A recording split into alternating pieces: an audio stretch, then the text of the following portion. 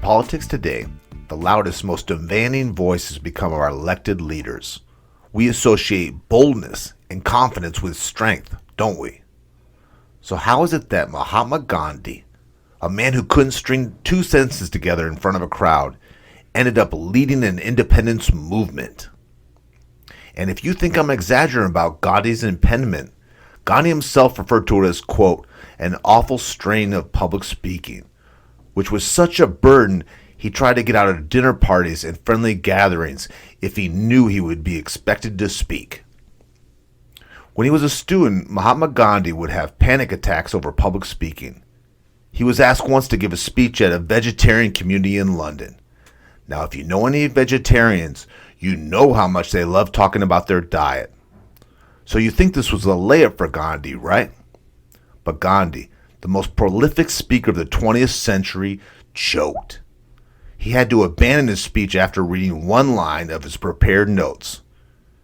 He asked someone else to read the rest. As a lawyer, he did no better in front of crowds. In his first case, he panicked when he went before the judge.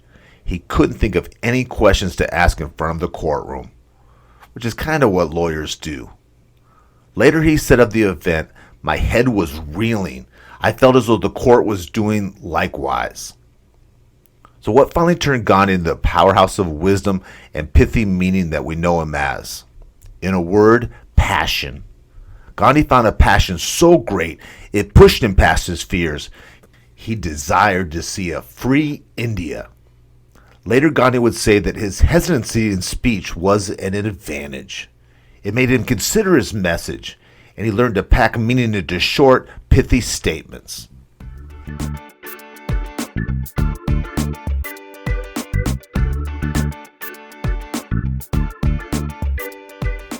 You're listening to The Re-Engineered You.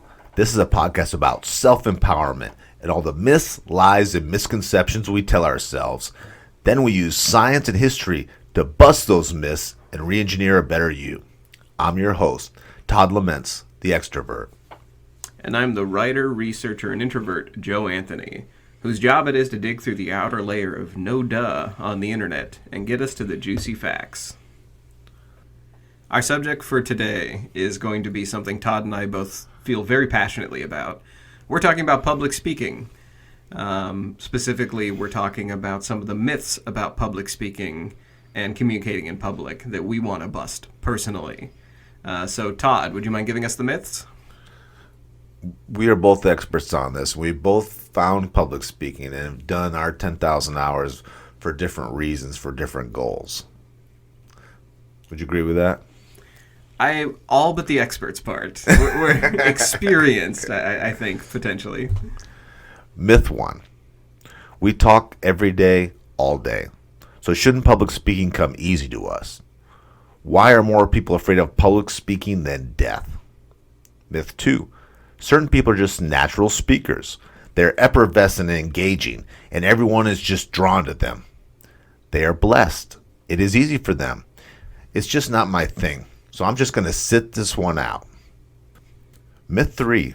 Corny articles on the internet tell us with their advice, a 5-minute speech presentation, we could all be ready to give a keynote at Madison Square Gardens. We read terrible advice like, just imagine the audience in their underwear. Take a deep breath. Visualize success. And my favorite, don't fear fear. We're busting those myths, and we're getting behind the podium. But first, Joe and I are going to share a list of celebrities and famous speakers who are scared to death to stand up and speak. Because if giving your speech is your Achilles heel, you are not alone. Abraham Lincoln, Mahatma Gandhi, Thomas and Jefferson, Winston Churchill, Harrison Ford, Samuel L. Jackson, Bruce Willis, Rowan Atkins, better known as Mr. Bean, Julia Roberts, Warren Buffett, Sir Richard Branson, and mega church pastor Joel Osteen. So these are all people who are very afraid of public speaking, or at least used to be. And someone should relate to one of these because we kind of picked out people from right. that someone. Yeah, for me, it's Mr. Bean. Did Mr. Bean talk No, he was a silent, but he was such a goofball, comic, physical actor. He's always making a fool of himself. You think he'd feel very comfortable getting up there. Right, you'd think public speaking would be easy for that kind of guy. The big one for me is Harrison Ford. Yeah. How can you be a famous actor for 50 years and be afraid to get up and talk about something you do every day? Right, that famous. Yeah. The other people on this list, I can kind of see it.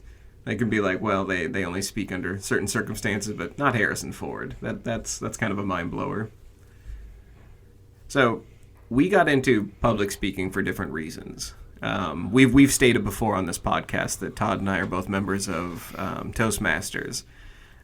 For me, it was I would have taken any public speaking, be that Rotary or Mason Club or drama. Like I was going to get into something because I needed it.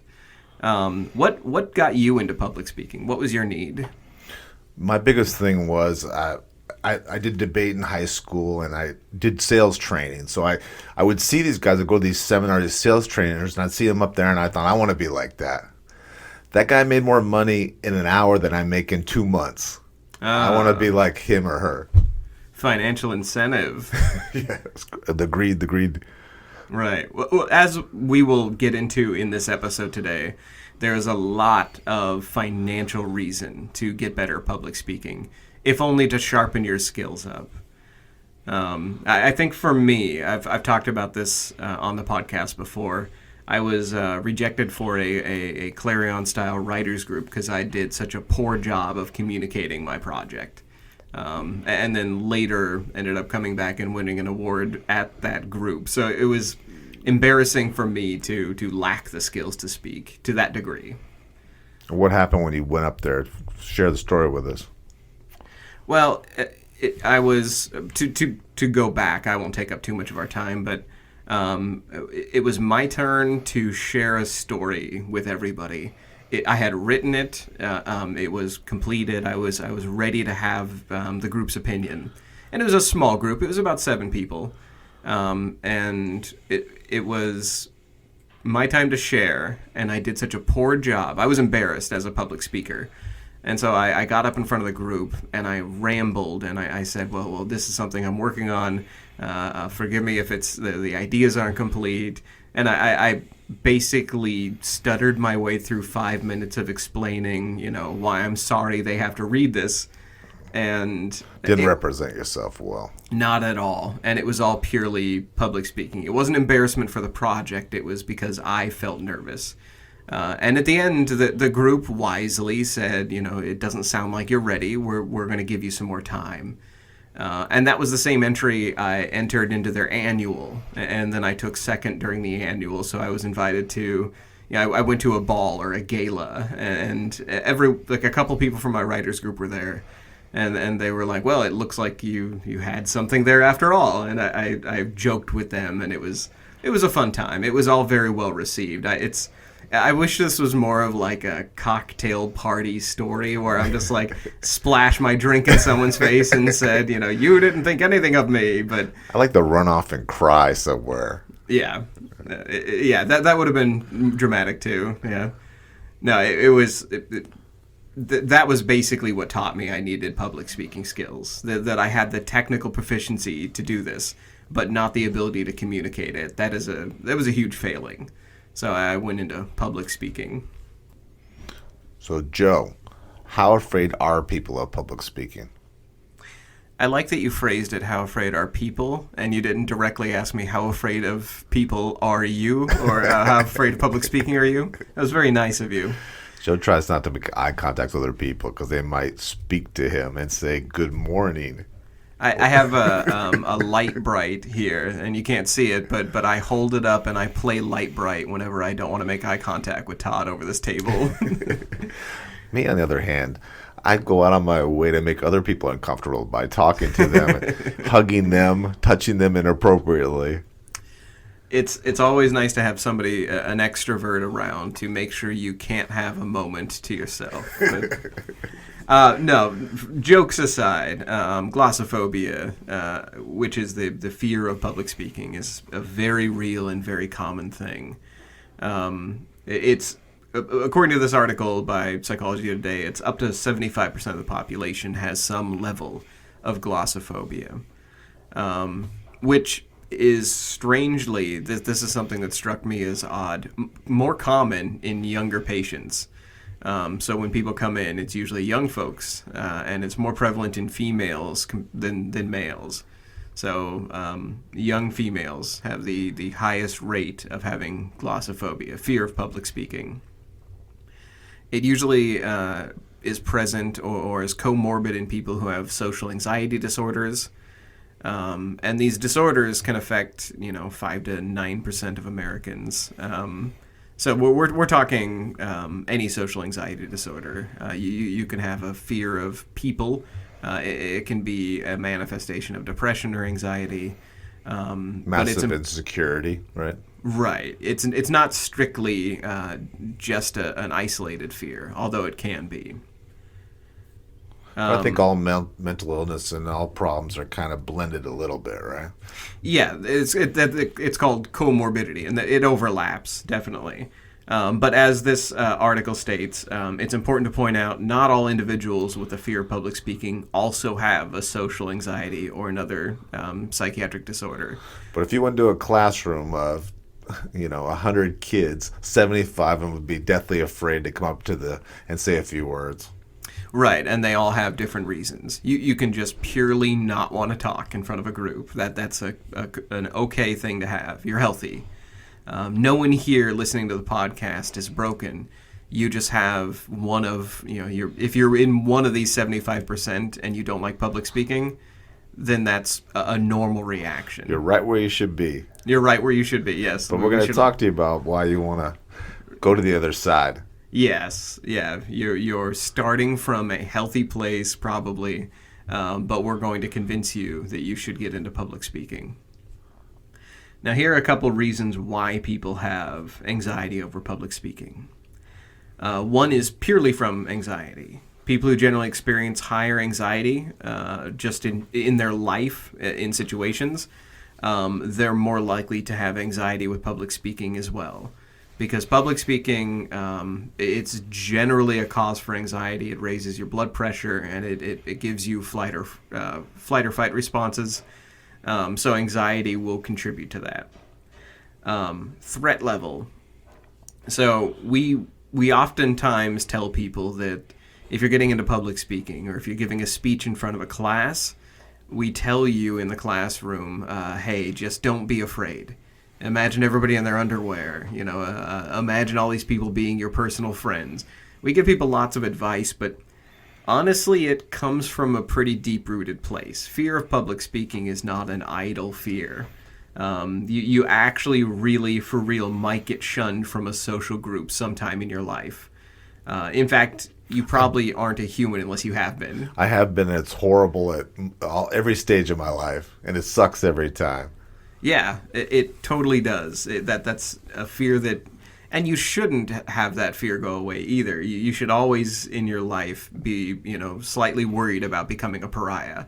So that's something that is false that we tell people in school. So telling everyone it's just your friends is making it worse. Yeah. I don't want to be shunned by my friends by revealing something in a public speech. So the big thing we're going to encourage people is practice in a laboratory. We don't mean an actual laboratory. I mean you go to a class or you go to a meeting. A safe space. A safe space to practice. That way you can get over the threat aspect of glossophobia, where you feel like you're going to get shunned from a group.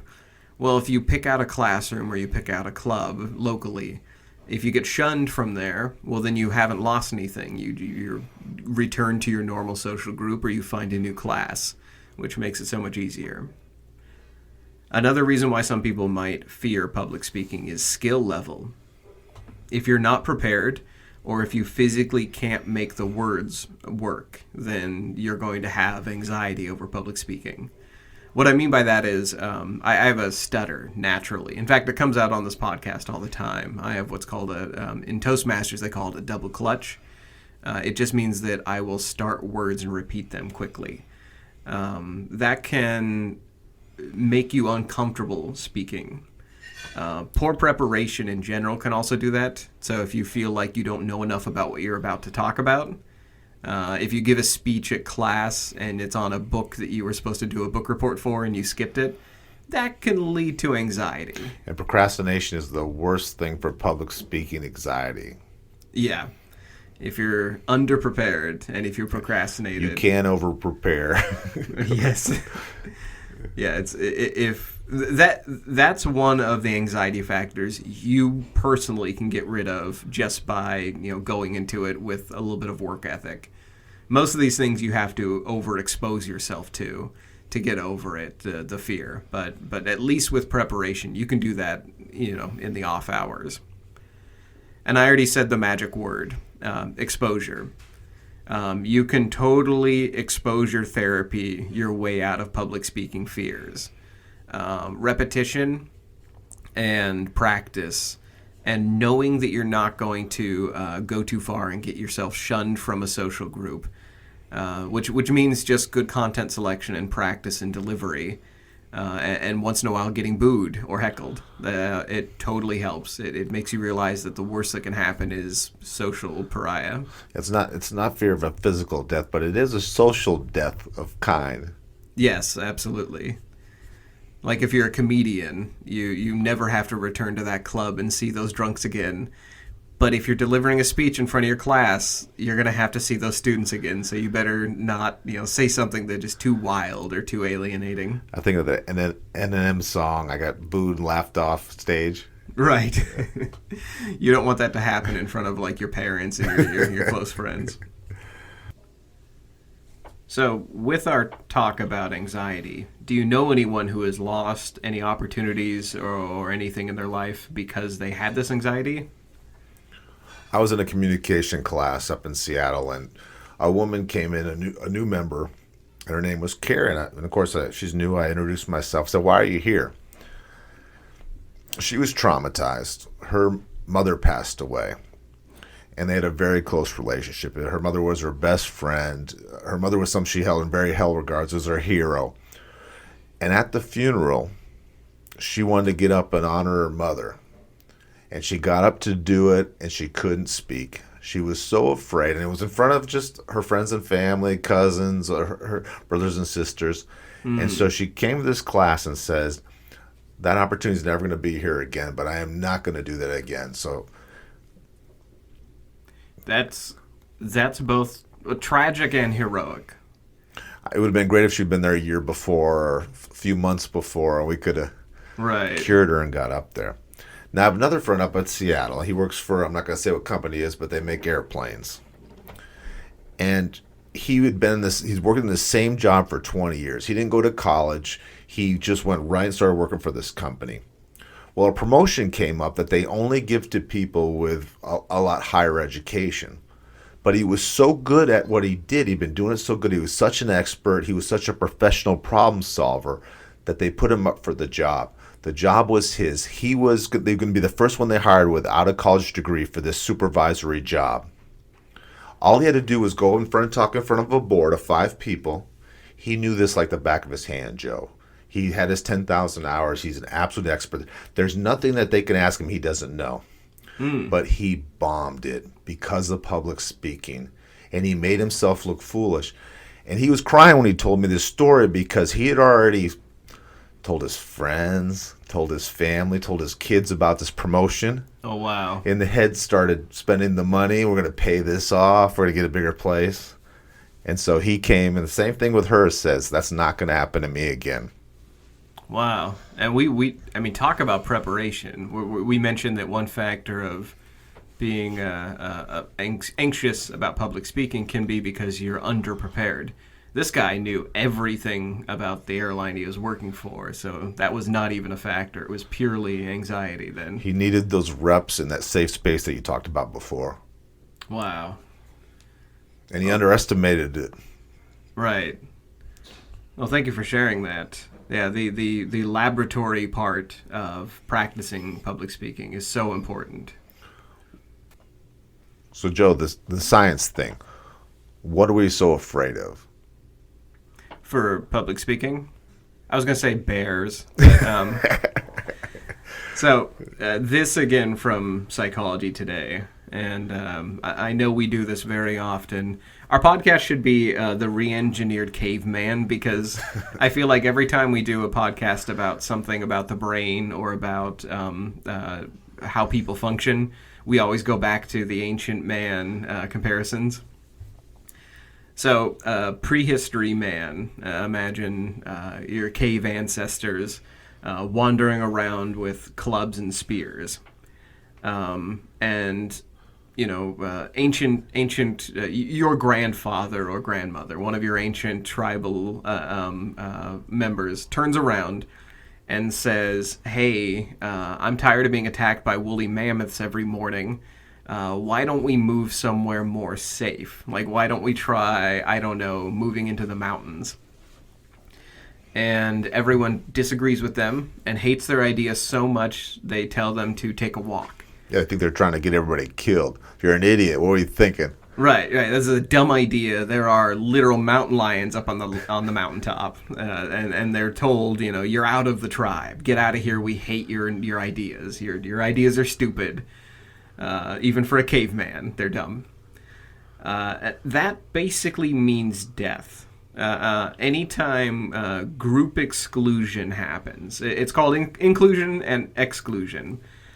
Group inclusion was fully necessary for early human survival.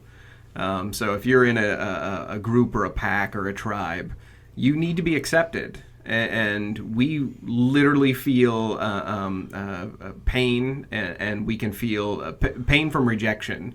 But there's also mechanisms in place to make us feel foolish, to make us feel embarrassed, to make us feel wrong when we have everyone disagree with us. So the risky behavior, if you were seen as wise, you would get more powerful in the tribe, and if you were seen as making bad decisions, you were ousted and dead. Right. Right now, if I make a bad joke in front of my friends, they groan and they sort of they think I'm being dumb in that moment. However, if I pitch the idea to them that we don't need internal heating this winter, we just need a 55-gallon burn barrel in the front room. If I make too many of those suggestions and I'm completely serious, they will kick me out. But because we're living in modern society, that's not such a bad thing. I'll just post up online that I need a new roommate who is willing to huddle around a burn barrel in the winter. So it doesn't matter what I'm into or what social faux pas I break. The stakes are different now. The stakes are different. I can always find a new social group that will accept me. But ancient man did not have that. Being kicked out of the tribe means death. So that kind of right now we're living in what's called cancel culture, where if you make a big mistake, you say something that is not politically correct, you can be canceled on Twitter, and that can have ripples out into your life, like your persona, your job. You can end up losing your job if you say something too wild on Twitter and your boss finds out. So it's kind of ironic that for a very long time we had this history where we could say or do almost anything, get away with it, and now we're almost back to the tribal. We're almost back to the part where if you say something the tribe doesn't like, you can be shunned and it can be really affect your life. I won't make the argument whether that's good or bad. I actually don't. Unlike I've heard Jerry Seinfeld rail against how bad cancel culture is and PC culture is. I personally don't have an opinion on it. I think it's just another expression of human and our trends. But if you are trying to get into public speaking, it's very important to know that is a real fear from a real place.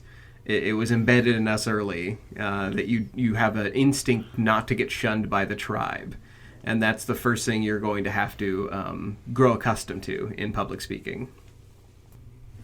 Now, if you have a problem with public speaking or being a better communicator, I have 2 solutions for you.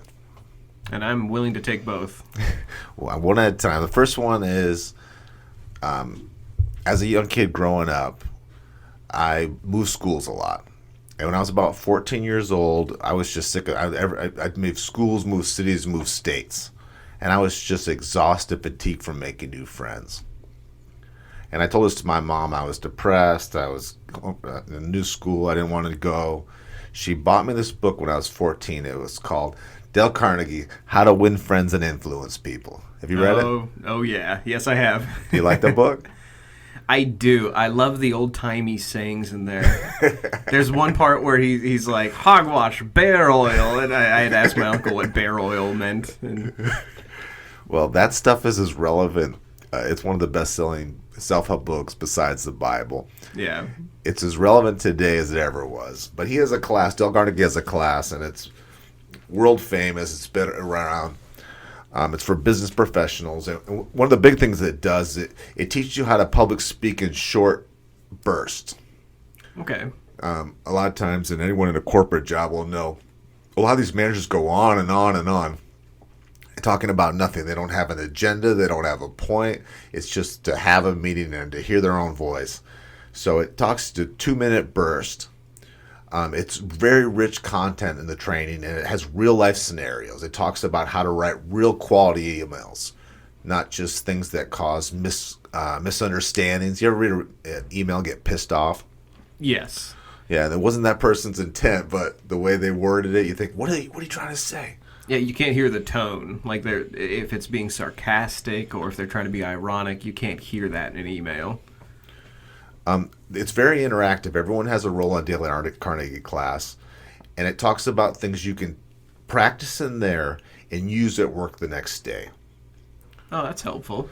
One of the things that I love out of it, and it's content rich. There's millions of takeaway. It's a very good value.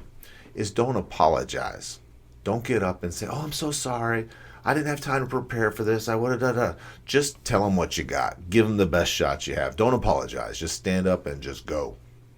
Okay, so don't apologize. Just Don Draper your way through any presentation you have. And unlike a lot of self-help stuff, he shows the importance of building up other people and recognizing your coworkers. And what I say personally is it's easy to point out the problems and flaws with somebody, right? It's easy to say what sucks about work. Finding solutions is a lot more valuable. I like that. Okay. So, join Dale Carnegie's program. We're not getting sponsorship for this, but it's a great value. I've never done the program. I've heard of it, but I have read the book, and even that alone, it gives you some actionable tips. The classes are taught by people who graduated from the previous class, so it has a momentum and an energy. And there's something about people who do things after work, whether it's church, the gym, a class. Those are the kind of people you want to surround yourself with. Those are the people going somewhere. Right. So it's not a pyramid scheme. It's just to make you a better communicator and a public speaker and to present yourself better at work. To have better. We spend most of our lives at work. Yeah. So it's important that you get along with all those people and present your best self. That's usually what I appreciate about organizations. They feel less cult-like when they want to build you up. And any organization that their goal is to make you better, to empower you so that you don't need to, be sitting in front of the monitor, taking in their wisdom all the time. I like the empowerment, and I like how positive it is toward getting you, into your own life better. Now tell me this one. Your next science is, why are employees afraid to speak up at work? Yeah, this is what we're getting into here is the practicality of public speaking. We've talked in the past, I don't think on the podcast, but you and I have talked about how much public speaking affects your earning power. It is, I mean, there are millions of quotes about this, dozens by Warren Buffett alone. Everybody talks about how public speaking and the ability to communicate effectively, it is so vital to being social in a way where you increase your earning power. One of those places is interviews. Interviews, I've heard, are called the new glass ceiling of America. If you are interviewed for college, you probably already have the grades to get in. At the interview portion, they're looking for what culture you are. Do you fit in? In fact, they call it, when you go to a job interview, corporate culture. I had a boss who used to say that. He said the person who gets a job is not who's best for it. It's the person who interviews the best. Yes. How'd that make you feel? Do you think that's a fair system? It doesn't seem fair, but what he explained to me too is people who change jobs a lot are going to be better at interviewing because they do it more often. They get through the anxiety, they know the questions, they can kind of feel it out because they've done it more. And people who have stayed at a job are probably not as good as talking about all the things they do. They think that person knows, but they don't know how to build a structure to sell themselves and explain why I'm going to fill these roles for you. They think just because I've been there that long that they know that. They may have that on their resume. The other person might have that resume, but they actually said it, presented it, so they moved ahead. Right. It's absolutely true. Just being open-minded and clear when you communicate during an interview is so vital. You know you, but they don't know you. Correct. Yeah. And again, that's assuming you have the skills, assuming you have the resume. What will carry you through by far is communication. The other part of how communication and clear public speaking can help you in earning. We're going to go to the Harvard Business Review for this.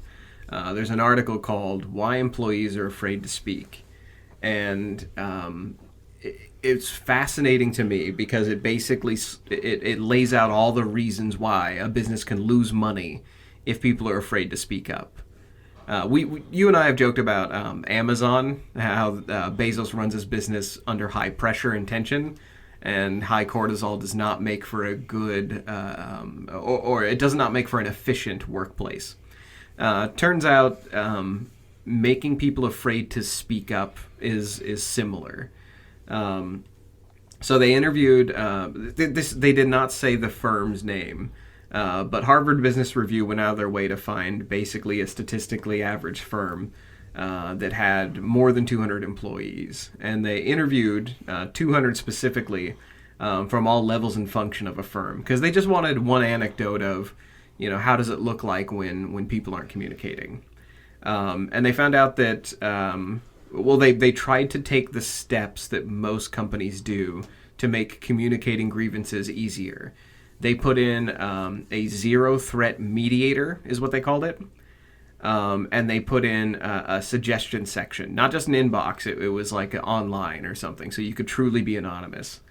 And yet, when they did these interviews, they found out that half of the people who did this, who knew about the mediators and the discussion box and the email, they said they still didn't feel safe enough to speak up. Here's what they discovered from the people who were tight-lipped. So when they re-interviewed people who didn't feel safe, the no-duh one that came up was self-preservation. People didn't feel comfortable speaking, even if they were anonymous. They didn't feel comfortable sharing about grievances they had. More importantly, the self-preservation part is a no-duh, but the self-preservation inhibited speech that would have helped the organization. They found out that a large amount of the comments that they were going to share would have helped the not the organization in their message or their morals. It would have helped with their structure. What they were going to share would have helped with their efficiency. So it was potentially money losing. When you keep your mouth shut in a workspace like this, they said that they felt safer. So not even for negative reporting. So what Bezos does where, he tries to catch all of his employees when they do something negative. Telling on each other, yeah. Right. They're not even talking like telling on each other and secret police stuff. They just don't want to report, period, because it always puts you a crosshair on you, even if it's anonymous. People are looking for who is making these comments. They're everywhere. We're paranoid. Right, yeah. Don't have a bad thought. Don't tell your kids about work. They might somehow leak back to the... Yeah, it's everyone in my house is a traitor because they might talk about... I'm laughing because I know how this feels. I've been on the other side, too. It's so weird to, if you get a comment by email... And it's like somebody at our workspace is, leaving gulp. comments about, Like, if somebody has left us a negative review, you start looking for them. You're like, who here is dissatisfied? So when they polled the people who did this query, they found many of them who reported withholding input from a person higher up in the corporate hierarchy because they believed, quote, without evidence, that the superiors felt ownership over a project, process, or issue, and they'd resent suggestions. So the first part is we don't want to be targeted. The second part is our superior feels like they own what we're doing, or they feel like they own the process or the project. So that's the second reason not to communicate. It's a personal insult that you know better than they do. Right. You don't want to attack their project or their process. Quote, employees also believe their bosses would feel betrayed if constructive ideas were offered when more senior leaders were present, or that their bosses would feel embarrassed to be shown up by a subordinate. Have you ever read the book 48 Laws of Power? No, I haven't. It's basically a modern Machiavellian guide to power, getting it and retaining it. One of the laws in there that always stuck out in my mind was never outshine the master, and that's one of the points they made here. The idea that bosses would feel embarrassed to be shown up by a subordinate. Where's the reward for creativity? Exactly. This is America, right? Yeah. We create and invent all the cool stuff. We're a meritocracy until you show me up at work and I'm your superior. Then your ass is out on the curb. I want to fight to the death, but just not my death. Yeah. Yeah. I'm okay with people speaking up at work as long as it's not to me or about me. Then. So this isn't so much about removing barriers at work, hotlines, mediators, suggestion boxes. You have to change the culture at work. Like, you have to, executives who have power have to challenge the assumptions that reinforce silence. Because without doing so, they're basically leaving money on the table. They're letting potential leaders who stay quiet slip through the cracks. And all these good ideas, if your first idea goes up and it's shot down, you're not going to come up with another one. So you have to feel comfortable putting enough out there that one's going to stick and make the company more money or... Right. And you have to be willing to hear that, which is unfortunate for a lot of companies that don't like that. And I would think the people who would speak up are probably the loudmouths that don't have a lot, but the people who are more thoughtful are not saying anything. The wrong people are talking out. Yeah. Oftentimes the person with the answer is not the one doing the speaking. So if you are trying to get better at public speaking, just keep in mind that with practice, with doing it in a safe space, at a club or anywhere you can, anywhere we're talking about where you can go practice public speaking, getting better at that means you will also communicate your ideas safer and more honestly and more clearly at work. So you may work at a hostile environment like we're talking about from this Harvard Business Review. But if you practice and you get clear and concise with your ideas, you can still thrive at a hostile work environment. You can still put out your ideas in a clear way. It may take work and it may be more challenging, but it is pretty much always rewarding. There's no way learning public speaking isn't rewarding, is what we're saying. So speaking of the rewards of doing this, of putting in the practice, do you want to start talking about our experiences a bit and some of the rewards? We got solution 2. So solution 1 is Dale Carnegie. Solution 2 is Toastmasters. Okay. So for the record, we're not being paid by Toastmasters. Toastmasters is a nonprofit speaking organization, of which both Todd and I are members. Toastmasters will cure you. I've been a member since longer than I care to admit, but into the 90s. And I've seen people that came in that were just painfully shy, that would run out of the room crying.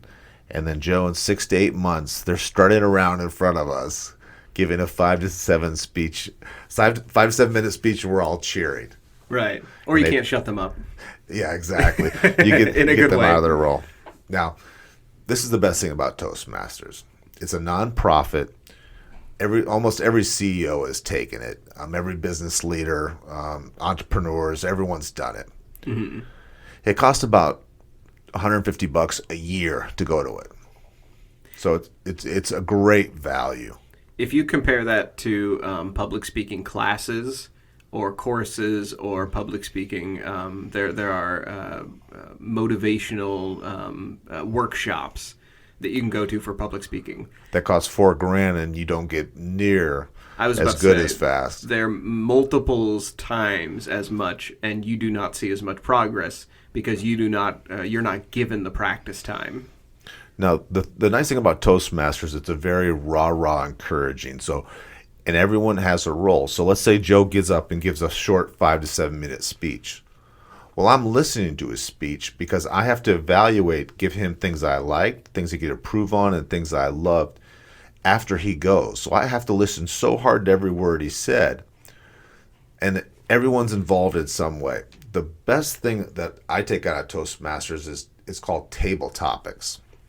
And what it is let's say you're in an elevator at work, you work for a big company, and the CEO comes in and he turns to you and says, "Tell me about yourself."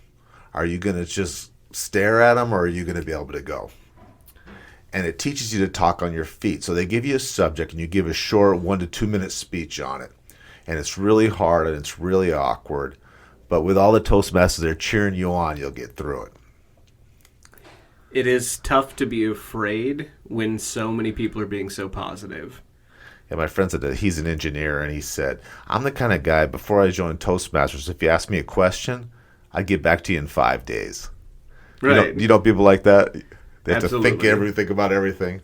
They'll come back with a schematic and an answer. But in life, you got to go. An opportunity, you got to go. Yes, absolutely.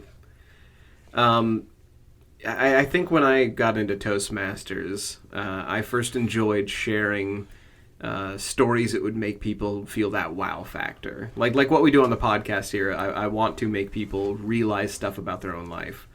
But then I got more into I became an area director is what they call it. So you join Toastmasters to learn public speaking. And then if you get into sort of the leadership side, because they are organized, they have to have the clubs in organization. They all have to be teaching the same curriculum. So you can get into leadership in Toastmasters. In fact, the Toastmasters slogan is "Where leaders are made." So when you get into the leadership side of it, they send you around to other clubs. And wow, that is a great experience because you start out in your own club for the first year or two. And you learn what they know about public speaking, and you practice. And then they start sending you around if you join the leadership side, and you get to see all these other clubs. I think I toured almost every club in the Beaverton area, which was 30 or 40. And it was just taking all the great stuff other people can share or are willing to share and getting opportunity to speak. So once you're in it, it's not just the one club. You can visit multiple clubs. You can meet a lot of new people, and you get to speak at a lot of interesting places. And what Joe's saying, if you're going to 30 clubs and there's 20 members, you're networking with 600 professional people who are working on themselves after work. It's really powerful. Absolutely. And you, by doing this, you put down roots in your local community. You can't meet that many people who are professionally interested in speaking and communicating without making connections. So it is a great community connector. And it's a diverse group, all different ages.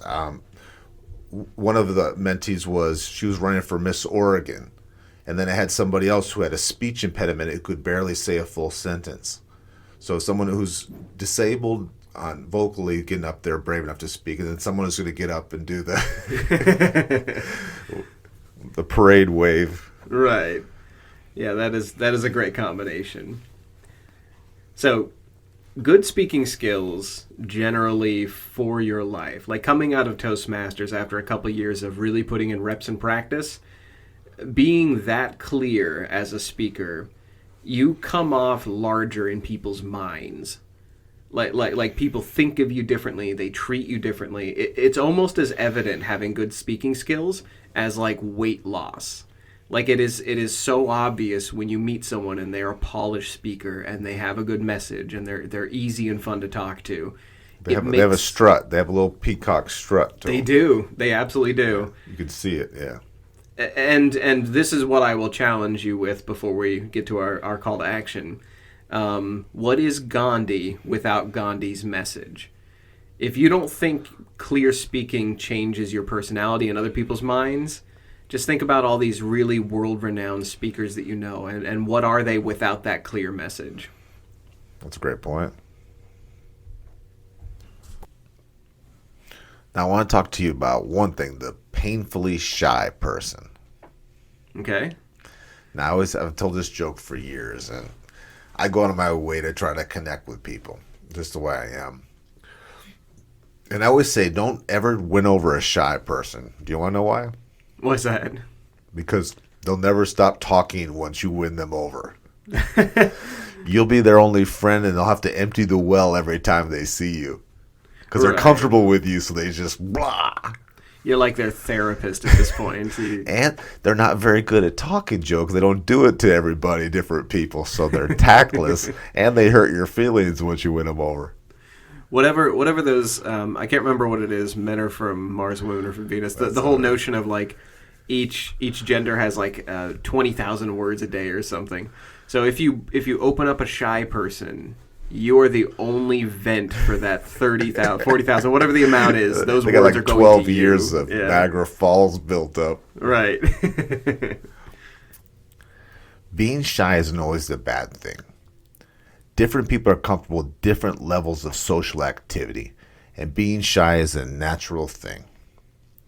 Some people tend to miss out on great opportunities, moments, experience, just because they're too shy to put themselves out there. I think I've experienced some of that. But with being shy, that's something you eventually can... not just being shy as a personality either. We're talking like communication shy. Like, so for instance, if I'm shy as a person, that's fine. That's me. But being professionally shy in a setting where I need to share ideas and be clear, that's where you can lose out on money and time, right? It is, but you still have that need, even as a shy person. People think that someone's introverted or shy. They don't need other people, and they still need that same sense of being part of the group, being heard in a work setting or in a social setting. They want to be included in your heart and your spirit. You still want to be part of the gang. Right. So this will benefit everybody. Well, and my challenges out there is not just if you're a shyer person, but it's for the extroverts. I had a convention I went to, and there was a man there who was painfully shy, and you could see that in all his body languages in our classes. And we were going to be there. We were in Phoenix for a week. He had the same name as me. And so I said, Todd, for this whole week, I want you side by side with me. And he lit up, and he got comfortable immediately. And he ended up being the funnest, smartest person in the whole group. But I don't think if I would have given him that little shield, which was me, he would have been opened up like that. That's awesome. That's really generous. I like that. Now, the 3 keys if you're an extrovert working with someone who's painfully shy. Number 1 is you want to give them lots of affirmations. You want to reward them when they say something. You want to give them a lot of attention. Okay. Include them, invite them to do things because they're too shy to. They don't think they're not used to getting invited to things. So sometimes you have to go invite them and build them up and let them know that they're good enough. So do you think, just going back to our original narrative, if somebody had, in that courtroom that Gandhi was in, where he was supposed to be asking questions, maybe if somebody had taken him aside and built him up, had trained him to ask questions, had coached him through it, we might have had lawyer Gandhi instead of, movement Gandhi. Isn't India glad it worked out the way it did? Yeah. It would have been, I think everybody would be better off if we had people who would encourage communication, but yeah, it would have been a different world. And the research doesn't say this, but I think this. I think he got some people on his team that knew how wise he was and what a great leader he was and help encourage and push him along the way. So we talked in the opening narrative that Mahatma Gandhi said that his passion overrode his fear of public speaking. You mentioned that it made him a quicker, more thoughtful, pithier speaker. That when he eventually became the thinker he became, the great, clear speaker he became, he was just entirely driven by passion. He couldn't not communicate his message, and he got that really sort of like laconic style down. So that's our advice for everyone who is listening now. If you're just stepping into public speaking, if you're thinking about it and you haven't committed yet to getting better at interviewing, getting better at sharing at work, getting better at communicating, our best advice is you're not alone. Like we said, 75% of the population has speaking anxiety of some sort. And that your journey to public speaking should be powered by your passion. Like Gandhi, find something you're passionate about that will help you push through your fear. And treat it like going to the gym. It really is going to benefit your life in an overall way. It will benefit your money-making ability. So let that passion push you through. Let yourself celebrate the small victories, the little, stepping into a public speaking class or a Toastmasters class. Let that be a small victory you celebrate like walking into the gym.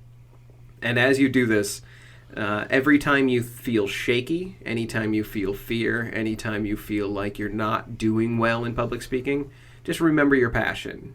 Just think about why you're doing it, even if that is for the money or because you want to sell a book eventually. Whatever your passion is, let it push. Let it be the engine. And if nothing else, as we mentioned, doing it for the interview power is a totally valid reason.